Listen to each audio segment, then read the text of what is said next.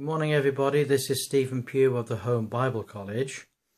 This is April the 28th, and we're looking at John chapter 13.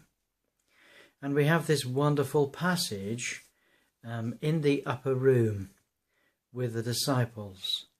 It says, before the feast of Passover, when Jesus knew that his hour was come, that he should depart out of this world unto the Father, having loved his own which were in the world, he loved them unto the end.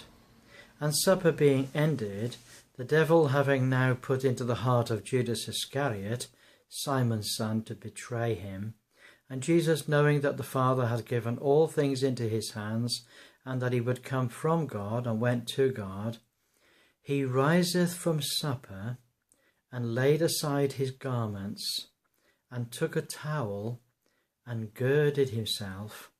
After that he poured water into a basin and began to wash the disciples' feet and to wipe them with a towel wherewith he was girded. Now there are a number of Christian churches that have made a sort of a Christian ordinance about this act of the Lord Jesus, the washing of feet. Of course, in the New Testament there's nothing ever mentioned and nothing ever made of this act that the Lord Jesus performed. It wasn't a Christian ordinance that Christ was giving. It was a Christian example. The Lord Jesus was showing the disciples, who would, of course, very soon become the first members of the Christian church, but he's beginning to tell them and to show them an example of how they should deal with one another. Of course, they were in an upper room, so they were on the top of the house.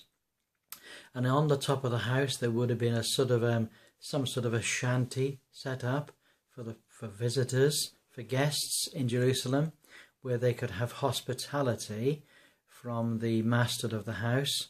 The food was provided free and the drink was provided for free.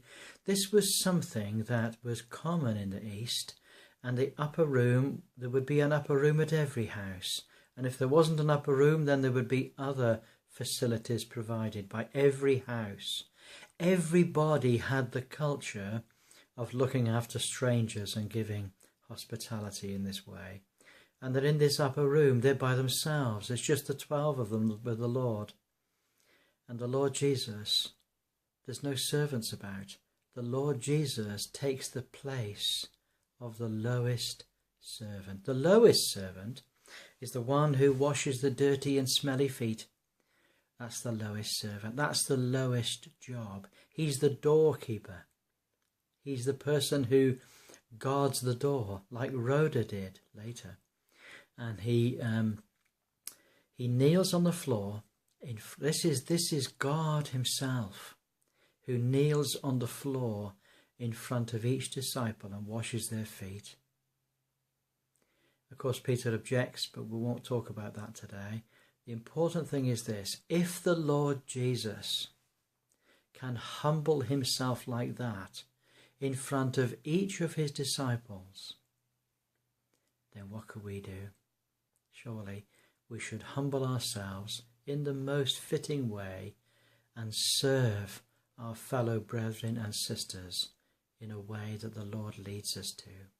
And we're not doing it for show. We're not doing it for the praise of men.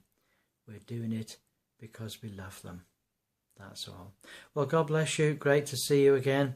Trust you have a good day and look forward to seeing you tomorrow. God bless. Bye for now.